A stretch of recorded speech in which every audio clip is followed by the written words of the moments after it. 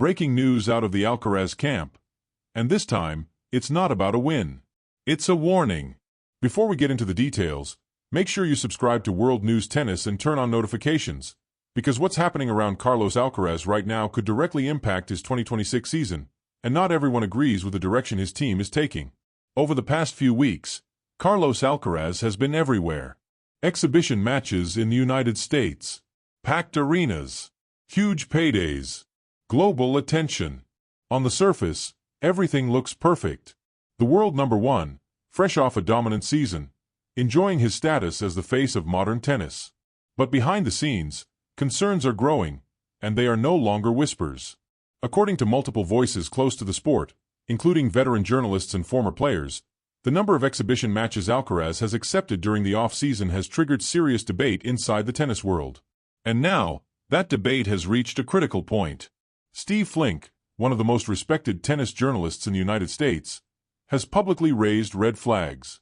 Speaking on the Courtside with Balance and Tennis YouTube channel, Flink made it clear that while Alcaraz has every legal and professional right to play exhibitions, the timing of these decisions could come at a cost. His words were measured, but the message was unmistakable. Flink pointed out that Alcaraz has historically struggled to show his very best tennis at the Australian Open. Despite his success elsewhere, Melbourne has never been the stage where Carlos has looked fully comfortable or physically dominant. And that context makes this pre-season especially sensitive. According to Flink, the concern isn't about money. It's about priorities.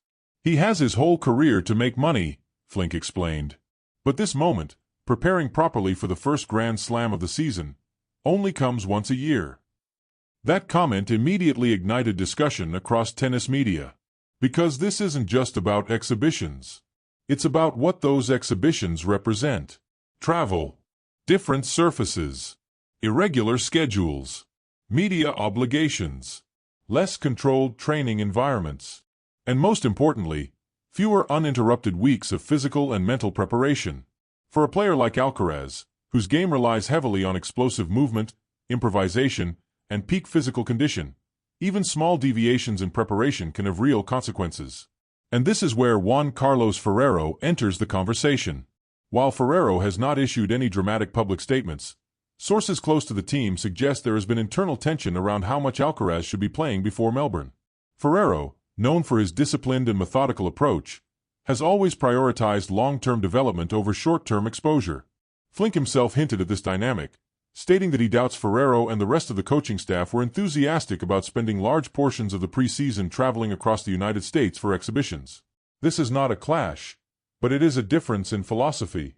On one side, modern tennis economics, global appearances, massive appearance fees, growing the brand, connecting with fans worldwide.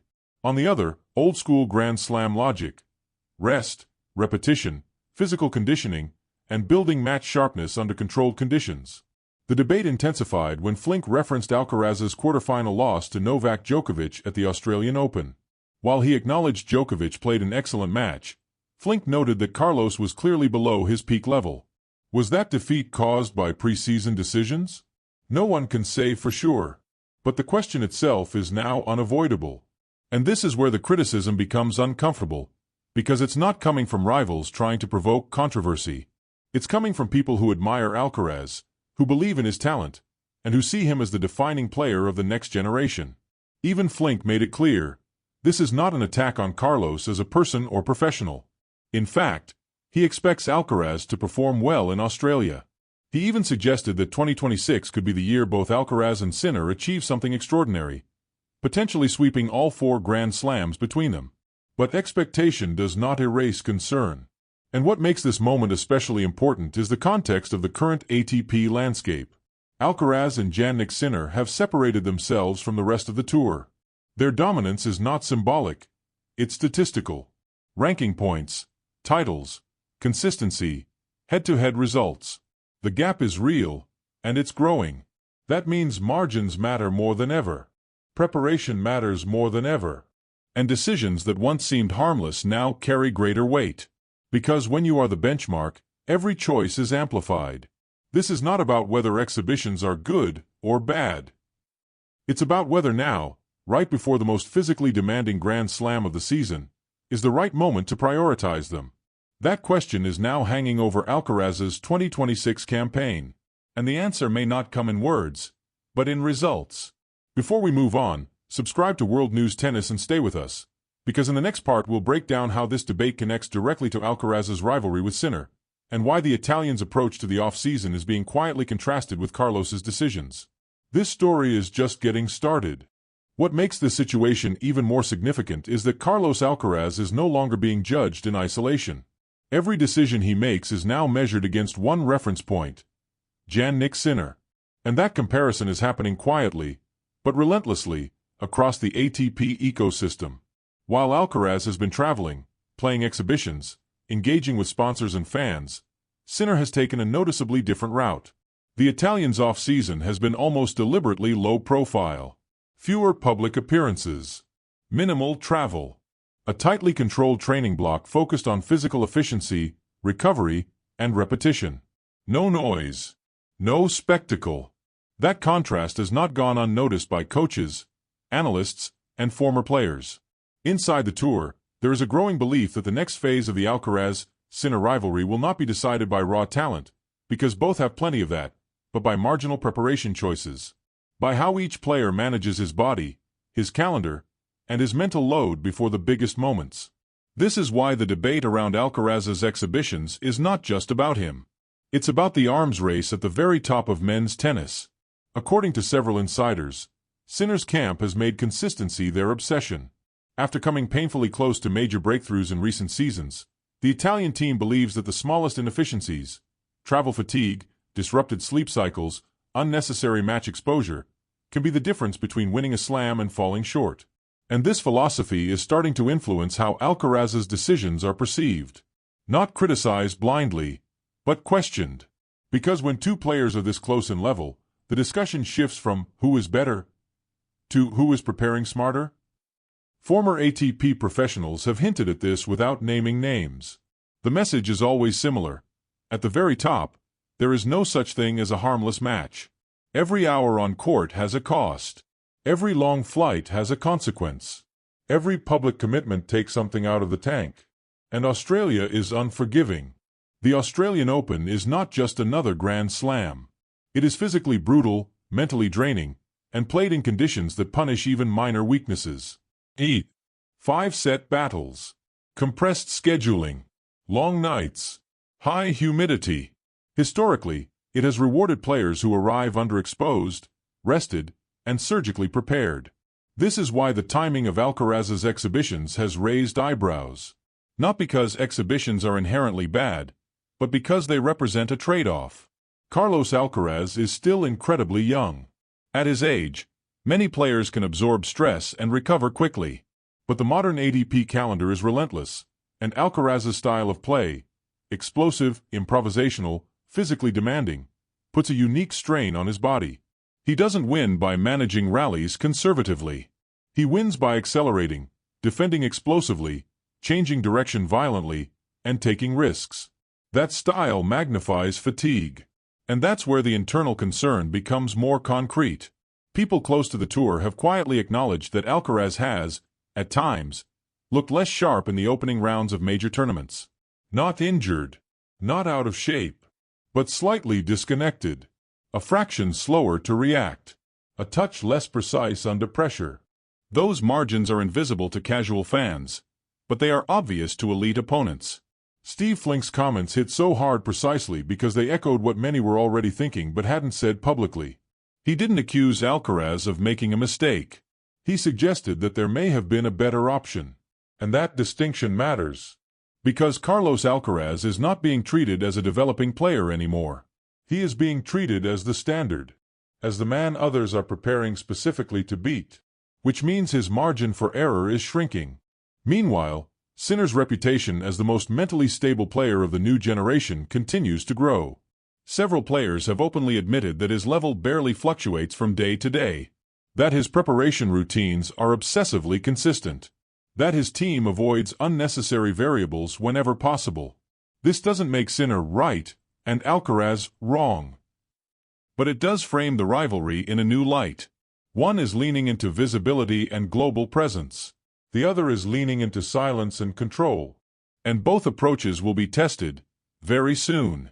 Because the Australian Open will not care about narratives, appearances, or popularity. It will expose fatigue. It will amplify hesitation. It will punish poor timing. And the irony is this: Alcaraz's exhibitions are not being criticized because people doubt his ambition, but because they believe he could dominate even more if he optimized every detail. That's the level he's reached.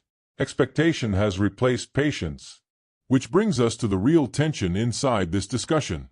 Is Alcaraz simply enjoying the privileges of success, or is he unknowingly giving his closest rival an edge? That question won't be answered by opinions. It will be answered by how Carlos looks in the second week in Melbourne. In the next part, we'll break down how Alcaraz's team is responding internally, what Ferrero is reportedly emphasizing behind closed doors, and why this debate may actually signal a critical evolution in Carlos's career, not a setback. Stay with us. Behind the public debate, something important has been happening quietly inside Carlos Alcaraz's camp. While the outside world argues about exhibitions, schedules, and risk, Juan Carlos Ferrero and his staff have reportedly shifted their internal focus toward one central issue: timing. Not talent. Not ambition. Timing. According to sources close to the coaching team, Ferrero does not view exhibitions as a problem in isolation. What concerns him is when they happen and what they replace in the preparation cycle. At this level, preparation is not just about hours on court. It's about sequencing stress, recovery, and peak intensity. And this is where the conversation becomes far more nuanced. Ferrero has always believed that Alcaraz performs best when his preparation follows a clear emotional rhythm. Carlos is not a mechanical player. He feeds off momentum, confidence, and joy. Too much restriction can dull him. Too much exposure can exhaust him. The balance is fragile. Internally, the team has been reviewing data from previous seasons. Match load, travel patterns, recovery windows, performance dips. They are not reacting emotionally to criticism. They are analyzing trends. And the data tells a very specific story. When Alcaraz enters a major tournament after an intense but controlled build-up, his early rounds are sharp. His decision-making is clean.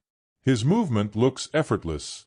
But when his build-up includes irregular travel and high-visibility commitments close to competition, the first matches tend to be more uneven.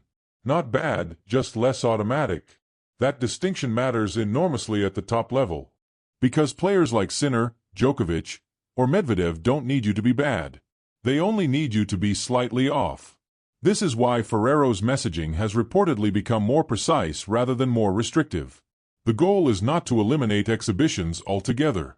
The goal is to protect critical preparation blocks, especially those leading into the Australian Open. Australia is different from every other slam. The travel alone is brutal. The time zone shift is extreme. The heat demands adaptation. And the early rounds can become physical battles even against lower-ranked opponents. Ferrero knows this better than almost anyone. As a former world number one, he has lived it. And this is where his concern becomes strategic rather than conservative. There is also another factor rarely discussed publicly: expectation management. Alcaraz enters every tournament now as either the favorite or co-favorite. That changes how opponents play him. Matches are shorter tactically but longer physically. Everyone wants to test him. Everyone wants to run him. Everyone wants to see if he blinks.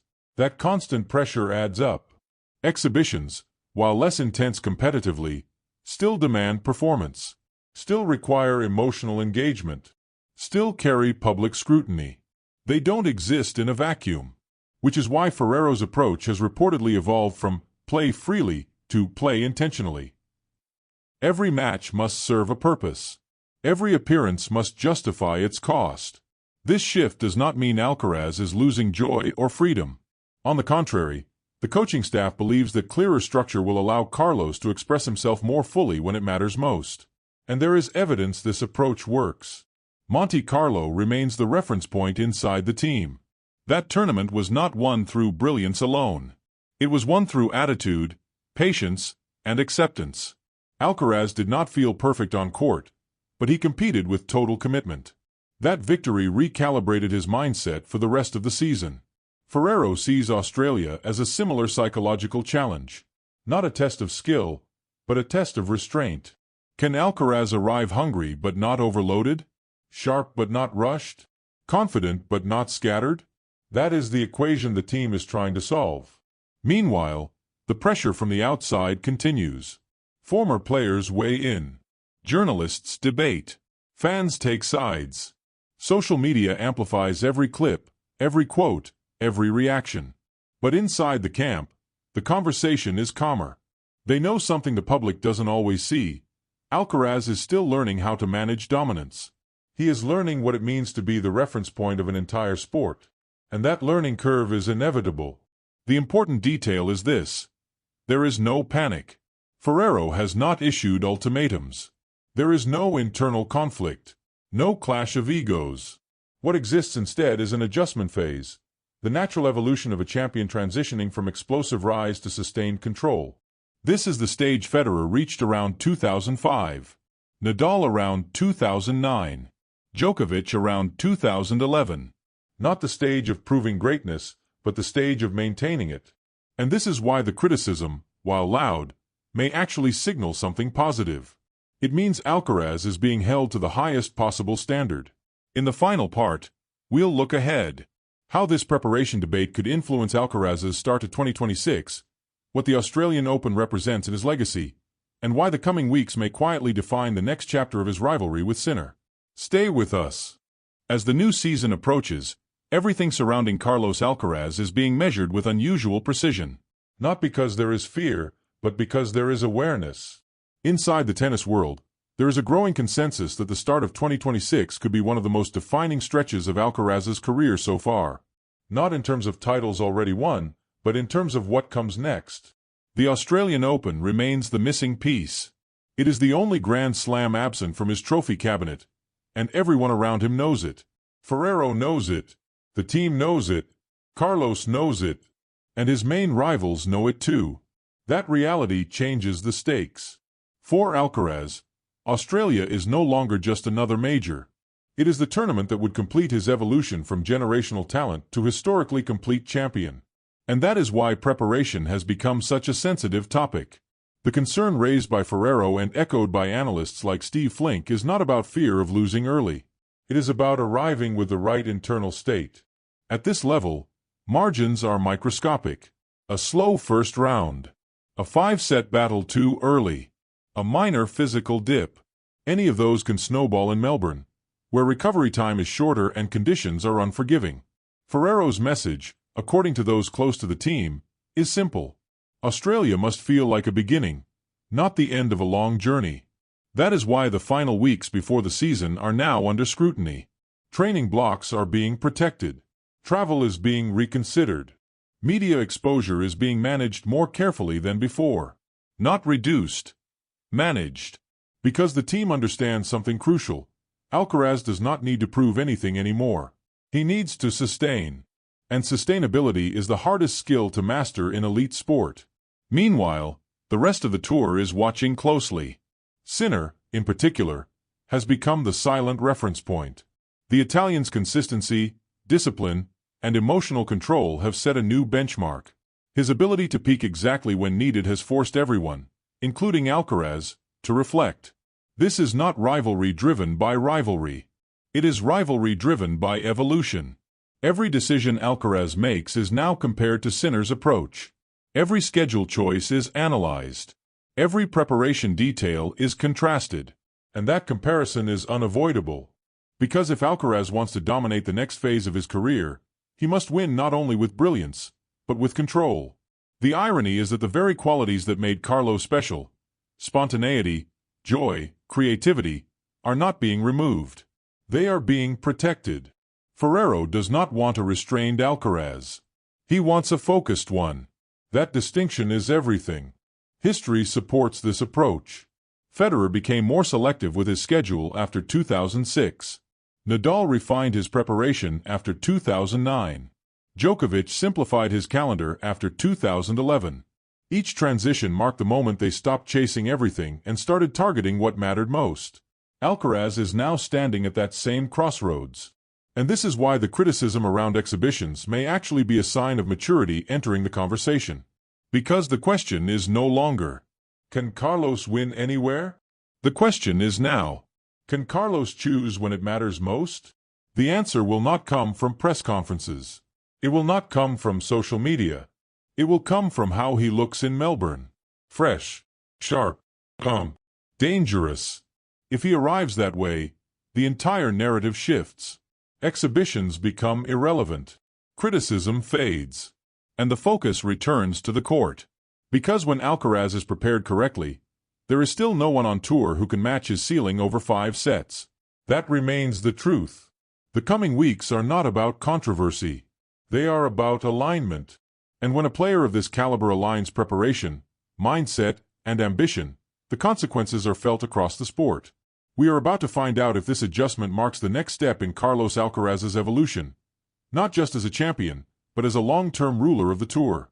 If you want to stay ahead of these developments, understand the strategy behind the headlines, and follow the real decisions shaping the next era of tennis, subscribe to World News Tennis and activate notifications. Because the season hasn't started yet, but the battle already has.